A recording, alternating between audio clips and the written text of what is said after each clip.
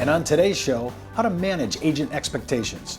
Part 2 of this week's series on prospecting through lead generation with CEO Tom Carolan of Parasol Leads, the 2014 winner of the Best Lead Quality Award.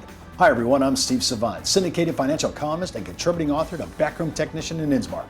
Let's get down to business. Well, welcome to the show again, Tom. Thank you, Steve. Tom, I got to tell you, number one issue, I'm reading it right here. This is just a composite email.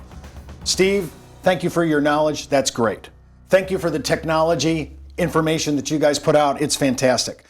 I have a lot of time on my hands. I don't need any more help on the office. I need leads. I have tons of products. I have all the things I need. I need new people to sit in front of. So when I read this, I say, well, I guess my knowledge base is there. My products, I have sufficient inventory. I can talk about it. I'm decent in my oral transmission skills. I just need to get in front of people. How can I set expectations when we buy a lead? First, let's just talk about I'm buying a lead. What's the expectation for the agent? How should I set that?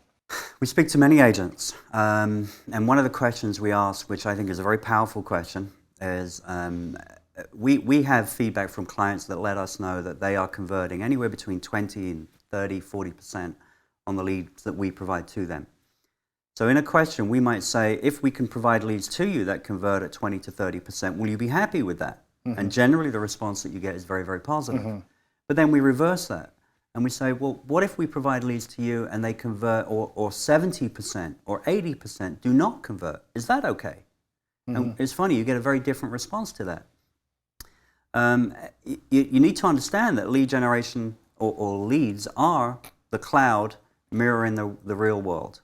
So not every person that you speak to in the real world is going to convert. Mm-hmm. The actual conversion rate is probably lower than you think.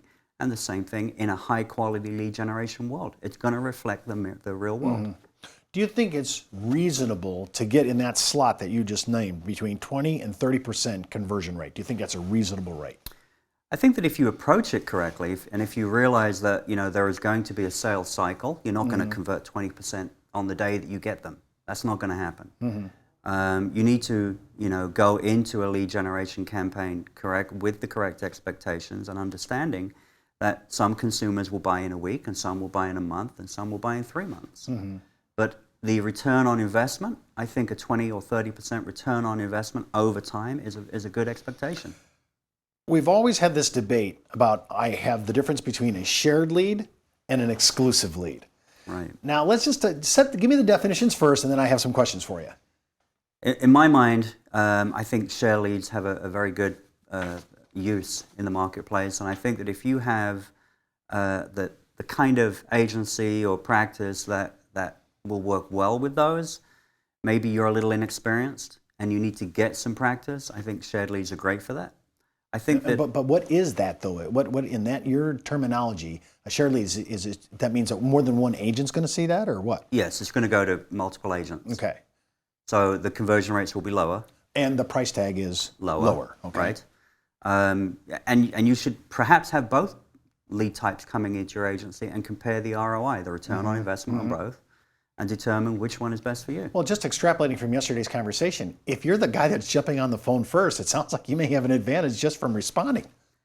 Absolutely. If you can respond in the way that those type of consumers want that response to come to them. Mm-hmm. Yes. When I'm talking about exclusive leads, I think there's a myth out there because I say, well, I bought the lead, you told me it was exclusive, nobody else is going to see this, and I'll get to it when I get to it. And you say that is a major mistake. Major mistake. Talk about that, because I thought I bought an exclusive lead, so I don't have any competition. What's the problem? The problem is the consumer wants something from you. They have an expectation from you, and their expectation is they want to talk to somebody now. Mm-hmm. And if they don't, then they're going to keep looking until they do find somebody. How powerful is the now response from a consumer? That's very interesting. I had a conversation with a client who gave me a statistic, and he told me that when he spoke to people, when he called immediately and got them on the phone, his conversion rate was 2.5 times greater than had he not spoken to them immediately. Okay, so if I'm going to spend money on exclusive leads, which is a lot more expensive than buying regular shared leads, correct? Mm-hmm, correct. Well, I want to respond to both of them, of course, because that's, like you said, you want maybe a little bit of both. But if I'm responding, I should not even come into lead generation if I'm not willing to respond immediately. Because remember, I think some people think this is kind of a kissing cousin to a cold call. But it really isn't. No, you need to be responding right away. So when a consumer calls you up and makes contact with your lead generation system, you're handing an exclusive lead, which I'm paying more money for. So when I see that client has expectations that he's going to have his answer while a quality advisor calling him. I mean, isn't that their expectation? It is, and a critical part for us is that we need to get that lead in the hands of the advisor as quickly as possible. So we're shooting for 60 seconds. Can we get that in his hand in 1 minute? So is that coming in through his email box then, basically? It's coming through email, or it's actually, it can also be posted to any CRM they may have. So once that hits, really, you got about a 24-hour clock, and it's ticking. 24 hour? Oh, too long? You need to be responding within 10 minutes. Well, that leads us into our second segment. When we come back, we're going to talk about prompt responses to a consumer lead, which Tom says is non-negotiable. We'll be right back in about 30 seconds. Back in the day, life insurance professionals were called field underwriters. Then, carriers trained their field force in the basics of life insurance underwriting. Today, the insurance industry doesn't educate the agent population as they once did.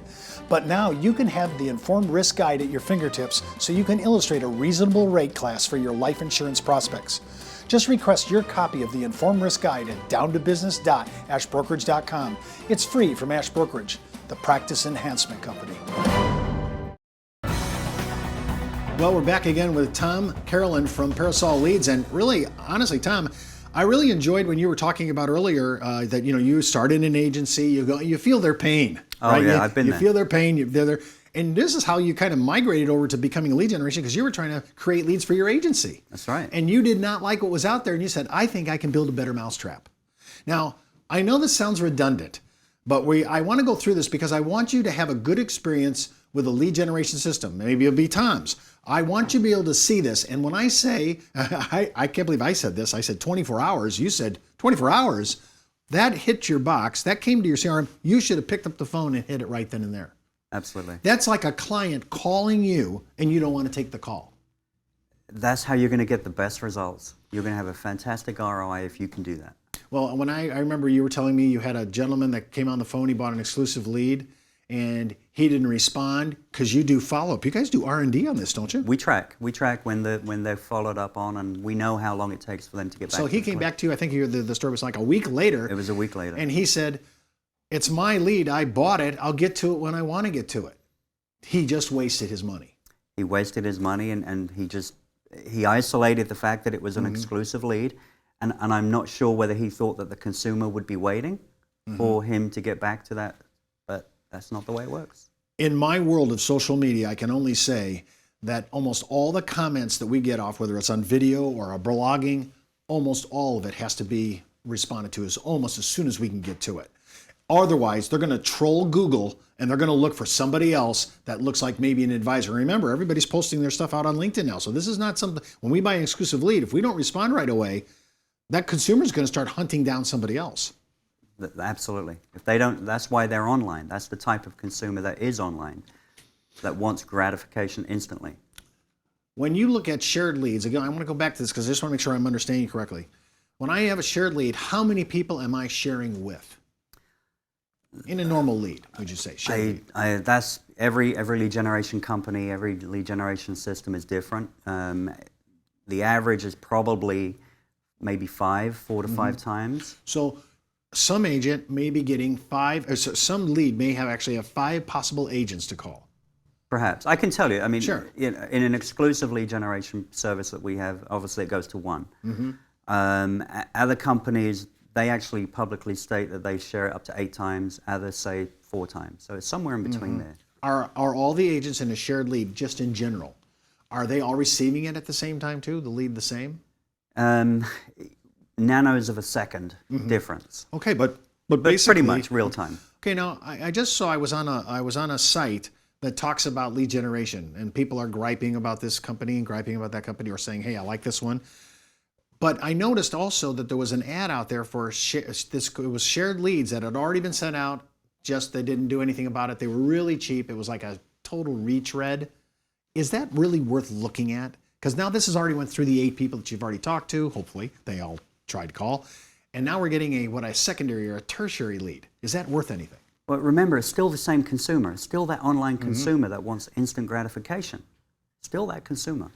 The value is definitely declining pretty quickly the older that lead gets. Well, this is like I feel like we're talking about option trading almost. I mean, is it because there's a time certain event here, and the decay, the lead is depreciating. The value that you bought it at is depreciating in total correlation to the time value that you put on that. The farther I get away from this, like the gentleman we were talking about in the first segment, he waited a week and he thought because I have exclusivity, the client's going nowhere. Right. I'm saying he's out on the web already trolling a day later because you didn't respond. Absolutely.